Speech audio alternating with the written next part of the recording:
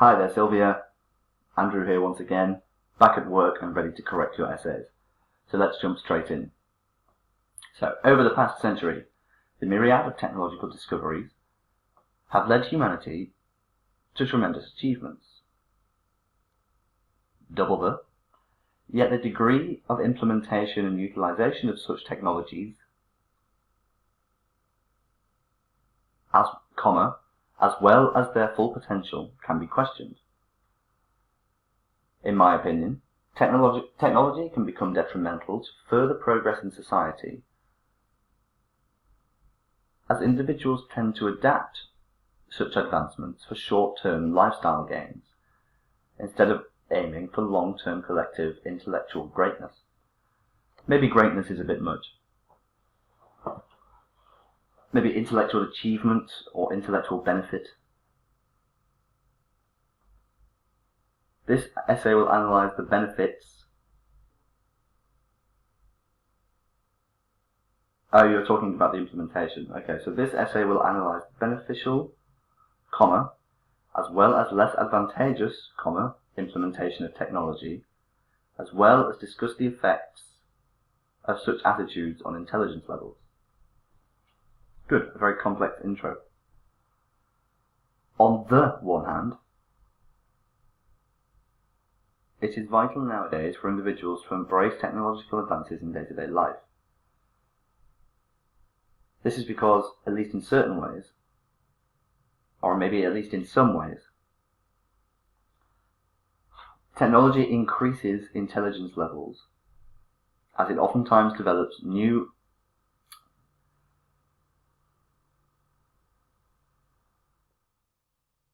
Let's read your example to make sure that you support this. Yeah, so if you're going to use something as advanced as developing new neuronal pathways, you're going to have to support that. Because here, now you've started talking about the fact that technology aids in the surgery successes. But this doesn't tell me anything about the brains of the people performing the surgery. So if you're when we use a general sentence to introduce the paragraph, and then we delve more specifically into it, the example needs to support this specific thing that you've gone into. This example here supports the main point that technology makes people better at things. But here you've gone very, very specifically into developing new neuronal pathways that would be otherwise non-utilized. But if you're going to say something like that, you must assume that your reader knows nothing about it and give them an example that supports what you've said. So, has this been measured? Can we prove that people have new neuronal pathways from using technology? I think we can, but we would have to find that study. And in the exam, you're not going to have access to JSTOR or any sort of scientific literature website. You're simply going to have to recall these studies from memory or use real-world examples. So maybe don't be quite so advanced. For instance, the Australian Board of Medical Practitioners showed that younger doctors have more success in complicated surgical cases compared to their older peers. We don't need this comma actually, due to utilizing technological advancements to solve complicated cases. Hence it is clear that adopting and utilizing technology entails long-term benefits such as increased intelligence levels. I'd say that this is more problem-solving skills than intelligence levels. This would affect intelligence levels. But the fact that they're using technology to solve complicated cases is very much problem-solving skills. And while that is a measure of intelligence, it is only one facet of human intelligence. Now, I'm being a pedant here. I'm being very pedantic. Actually, your writing here is great and is probably a very high band. But if we're going to be correcting something, then it would be to make your example more specific to the things you have said. On the other hand, It can also be argued that technology should adapt to the full intellectual potential of society instead of limiting long-term achievements. This is due to the fact that in the last few years it seems that society has not striven to utilize technology in order to achieve something great, but rather it has settled to employ such advancements for small lifestyle improvements, let's say. Or you could say merely for lifestyle improvements. But that would say that they have only used it for that, when actually you've just said that people are using it for complicated surgical cases.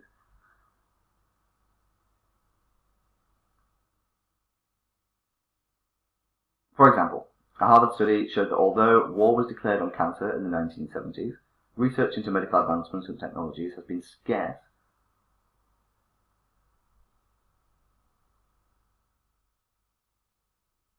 I would rearrange this. I would say mainly due to a lack of funding rather than an absence of intellectual capability.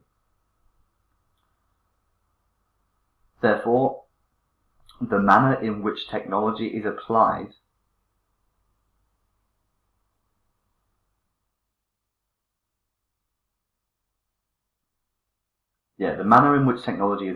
in society for, as some argue, trivial matters, instead of achieving intellectual growth, can be questioned. To conclude, as demonstrated above, technology bestows certain benefits on human intellect. Nevertheless, I strongly believe that technology should adapt to individuals, and as a collective, society should strive to achieve its intellectual potential. Greatness is just, it's a bit too, like, if we're talking about greatness, then, you know, Rachmaninoff and Prokofiev were great. Beethoven and Matisse, Picasso were great. Do we really want everybody to be that great? Because I don't think that's possible. So greatness is it's an overreach. It's just a bit much. So let's talk about intellectual capabilities, intellectual ability, intellectual achievement, intellectual potential, all of these sorts of phrases. Instead of utilizing such advancements only for lifestyle improvements, such as convenience and what else is there? Convenience and entertainment. Trivial matters. So here is your task 1. The given bar chart predicts let's say three of the most popular holiday destination countries so what it actually does is the bar chart shows the projected figures of visitors to three different cities? No, it's from... Okay, so you've got it the wrong way round. So the graph actually predicts the number of visitors to 4 different cities from 3 different countries in 2018. So we're talking about people from the USA, Mexico and Canada visiting London, Paris, Istanbul and Madrid. I believe that is the one. Yep, London, Paris, Istanbul and Madrid from Mexico, Canada and the USA. So we're talking about North American countries. And the 4 European cities that they will visit in 2018. I think you've just misread the graph on this one. So it's not going to work me correcting this essay because you have answered the wrong question, essentially. But if you would like to send this one again, you're more than welcome to, and I will correct that. But also it's perfectly fine for you just to move on to the next task. Whichever one you feel you need is fine. Because I think even though you've rearranged what you were talking about, I think your writing actually is fine. But just take note that if you do that in the exam, if you misunderstand the question and answer the question from the wrong way around, you can't score more than a band 5 in the writing.